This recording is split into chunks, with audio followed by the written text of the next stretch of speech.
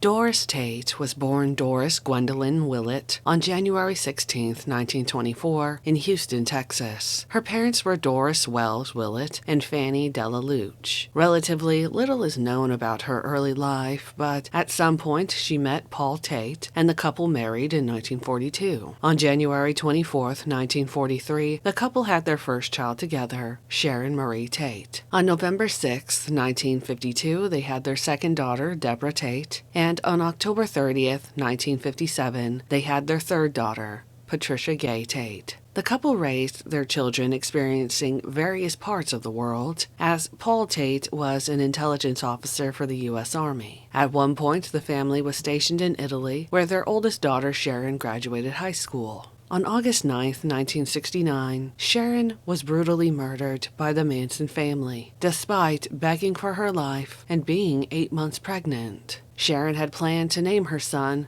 Paul Richard. In an interview from 1982, Doris stated that she was in shock for 3 years after her daughter and grandson's murders. Because of the murders, Doris went on to advocate for victims' rights, campaigning to change laws that allowed families of murder victims a greater voice. In the 1982 interview, she stated that people told her how Tex Watson was a born-again Christian and should be released to do the Lord's work. Doris stated that there was no better place for him to do that than in prison. In a video with 60 Minutes, Doris is quoted as having said about Susan Atkins, "The first time that I saw her, Atkins, I could have taken her by the neck and just broke every bone in her body, just thrown her down. You know, they have proven they cannot live in a society with other people." Included were clips of a parole hearing with Atkins where Doris pointed out that Atkins's tears were fake. Doris pointed out that Susan never said that she was sorry. And Susan's rebuttal was that sorry was an overused and inadequate word, nearly reminiscent of something Leslie Van Houten said during the trials, such as, "Sorry is just a 5-letter word."